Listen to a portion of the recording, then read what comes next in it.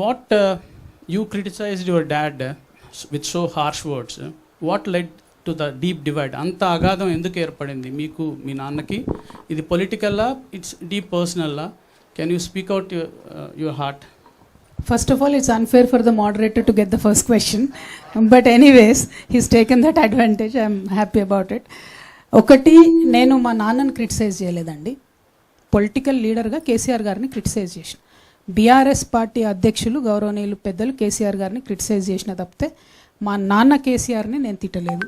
మా నాన్న కేసీఆర్తో నాకు ఎటువంటి ప్రాబ్లం లేదు. నాన్నగా ఆయన లేకపోతే నాకు జన్మనే లేదు.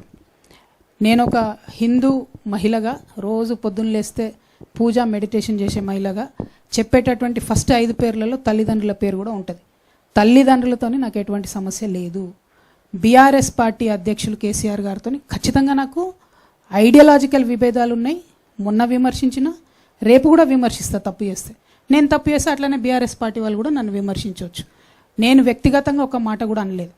బీఆర్ఎస్ పార్టీ ఫస్ట్ వచ్చినటువంటి ప్రభుత్వంగా వారు కొన్ని పనులు చేసి ఉంటే తెలంగాణకు బాగుండేది. ఆ పనులు చేయకపోవడం వల్ల ఏమైంది? ఒక కాన్సెప్ట్ ఉంటుంది సుధాకర్ రెడ్డి గారు, లాస్ట్ ఆపర్చునిటీ కాస్ట్ అంటారు దాన్ని.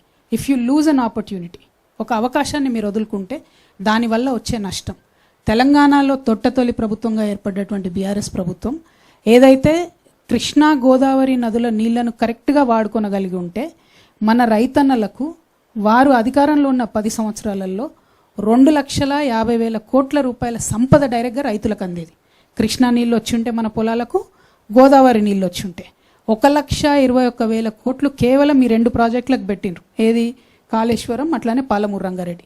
1,21,000 పెట్టి 2 ప్రాజెక్టులు కడితే ఇచ్చింది నీళ్ళు ఎన్నిటికీ అంటే 1,00,000 ఎకరాలకు ఇచ్చారు.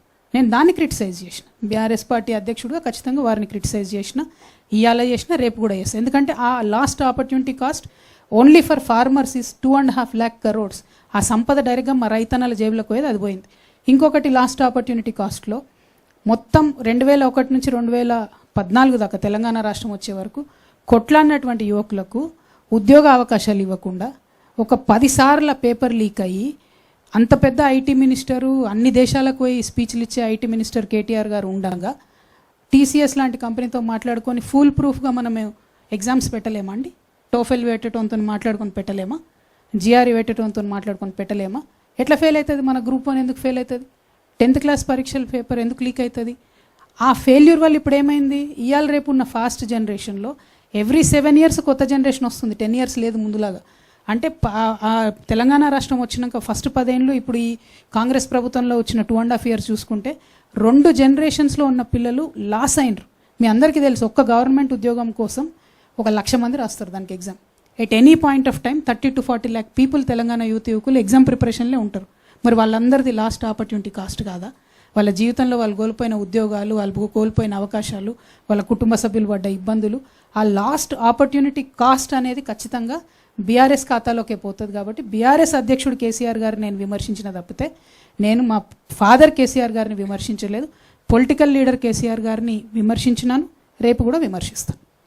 కవిత గారు, మధు ఆర్టీవీ శ్రీనివాస్ V6 అక్క